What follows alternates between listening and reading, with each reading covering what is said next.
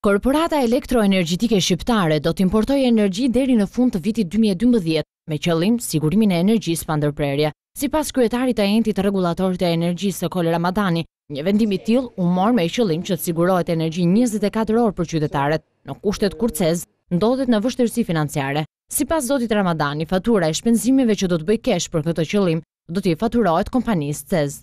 Qeveria bëni një ndërhyrje që t'i realizonte mundësinë e furnizimit me energji elektrike 24 orë. Domethënë i krijoi mundësinë që me kostot e keshit që të përcillen pastaj tek CEZ-i të furnizohet me energji. Kjo vjen nga mosmundësia momentale e CEZ-it për ta importuar energjinë e humit të shkaktuara në rrjet. Zoti Ramadani bëri të ditur se ere është duke parë dhe mundësinë për ndryshimin e kostos së energjisë, që kesh shet tek CEZ shpërndarje, me qëllim që të rikuperojë shpenzimet e veta.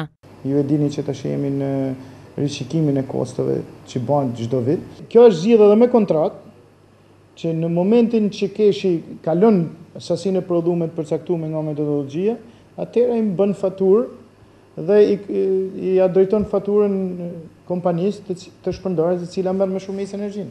Për sa i përket situatës hidrike, kreu i entit rregullator të energjisë bën të ditur se aktualisht nivelet janë ende të ulta dhe janë marrë masa për grumbullimin e rezervave për dimrin. Kotat në liçene janë në nivele minimale, por me impaktin që po bëhet, po mundohemi që domethënë të krijojmë mundësi të rezervës energjetike. Sipas aktit normativ të qeverisë që ndryshon buxhetin aktual, caktohen 50 milion euro për llogari të keshit, me qëllim marrjen e një kredie për importimin e energjisë deri në fund të vitit. Aktualisht Ministria e Financave dhe Kesh janë duke negociuar me Bankën Botërore për marrjen e kredisë.